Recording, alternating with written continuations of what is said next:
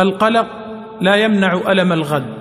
ولكنه يسرق متعة اليوم ጭንቀት የነገን ህመም ሊመክት አይችልም ነገር ግን የዛሬን ደስታና ተድላ ይሰርቃል ምንም የማትጠቀምበት በሆነ ሐሳብ በራስህ ላይ ሸክም አትጫን ጭንቀት ምንም ነገር አይለውጥም ነገር ግን በአላህ ላይ መተማመን ሁሉን ነገር ይቀይራል ወንድሜ መጨነቁን ትተህ ህይወትን ጀምር አትዘን አትተክዝ ህይወትን አጣጥመው ተደሰት ያለፈውን እርሳው ዛሬህን ኑር ስነ ልቦናዊ ጫናዎችን አስወግድ ሐሳብን በራስህ ላይ በመጫን ዲካትለፍ ለቀውስ እጅ አትስጥ ዱንያን ከጭንቅላትህ ላይ አትጫናት ለምንድነው እንዲህ ጭንቀት የተቆጣጠረ ለምንድነው የጽልመት ዳመና አይኖችን የጋረዳቸው ለምንድነው ዱንያ ከፊት ለፊትህ እንዲህ የጨለመችው እኮ ለምንድነው በመርፌ ቀዳዳ የምትተነፍሰው አረ ነገሮች በራሳቸው ምህዋር እንዲጓዙ ተዋቸው በንጹህና ነፃ አእምሮ እንጂ አምሽተህ አትንጋ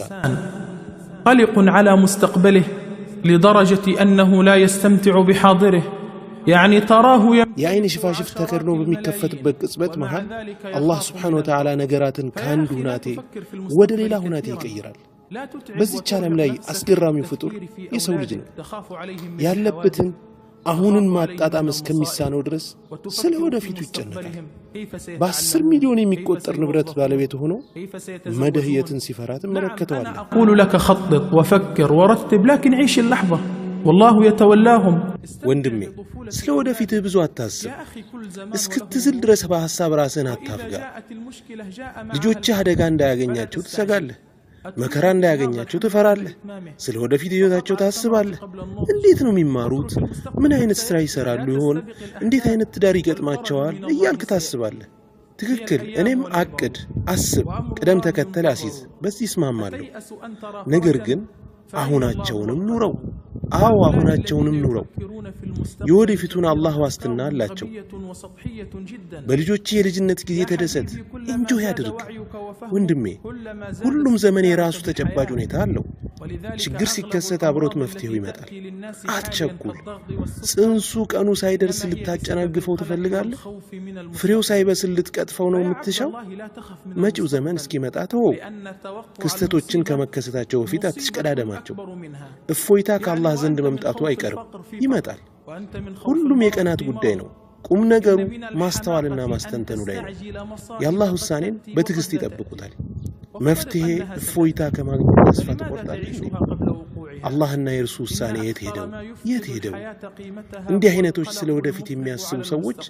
አስተሳሰባቸው እጅግ በጣም ጠባብና የደደብ አስተሳሰብ ነው ወዳጄ ግንዛቤና አስተውሎትህ በጨመረ ቁጥር በህይወትህ መደሰትህ ይጨምራል ደስተኛ ትሆናለህ ለዚህም ነው በአብላጫው ባሁን ዘመን ሰዎችን እያጠቁ ያሉ በሽታዎች እንደ ደም ግፊትና ስኳር የመሳሰሉት መንስኤዎቻቸው ስለ ወደፊት ማሰብ መጨነቅና መፍራት ነው አንተ የአላህ ባሪያ ሆይ ስለ ወደፊት አትስጋ አትፍራ ምክንያቱም መከራን መጠበቅ በራሱ ከመከራው የበለጠ አደጋ ነው ይሄውም ድህነትን በመስጋትና በመፍራት ውስጥ ድህነት አለ በሽታን በመፍራትና በመስጋት ውስጥ በሽታ አለ ከቂልነት ሁሉ የመጨረሻው ቂልነት ገና ያልተከሰተን መከራ መጠበቅ ነው መከራው ምናልባት ሊከሰትም ላይከሰትም ይችላል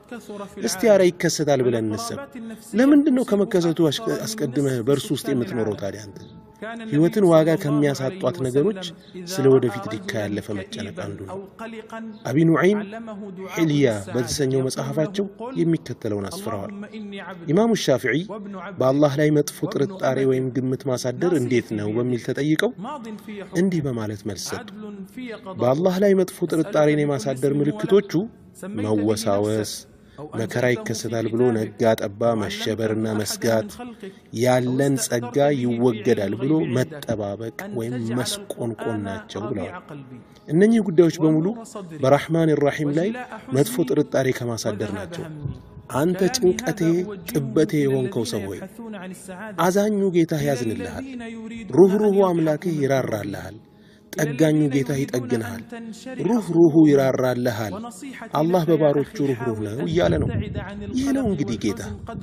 ሸይጣን ግን በመጥፎ ላይ ነው የሚያመላክትህና የሚመራ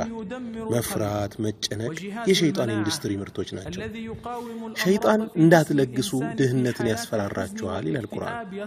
ጭንቀት ግድ ሊታከም ይገባል በአሁን ሰዓት በዓለም ላይ በጣም እየተበራከተ ነው ከዓለም ህዝብ ግማሹ በስነ ልቦና ችግሮች ተይዟል ተለክፏል في سكان العالم كان النبي صلى الله عليه وسلم إذا رأى رجلا كئيبا أو قلقا علمه دعاء للسعادة يقول له قل اللهم إني عبدك وابن عبدك وابن أمتك ناصيتي بيدك النبي صلى الله عليه وسلم عند سو تكزو يمጭንቅንቅ ብሎ ከተመለከቱ ደስታ ሰጪ የሆነ ዱዓ ያስተምሩት ነበር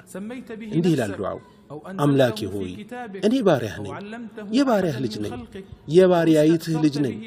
ግንባሬ በእጅህ ነው ውሳኔህ በእኔ ላይ ተፈጻሚ ነው ፍርድህ በእኔ ላይ ፍትሃዊ ነው ያንተ በሆነው ስምህ በሙሉ ለምንሃለሁ አንተ ራስህን በሰየምክበት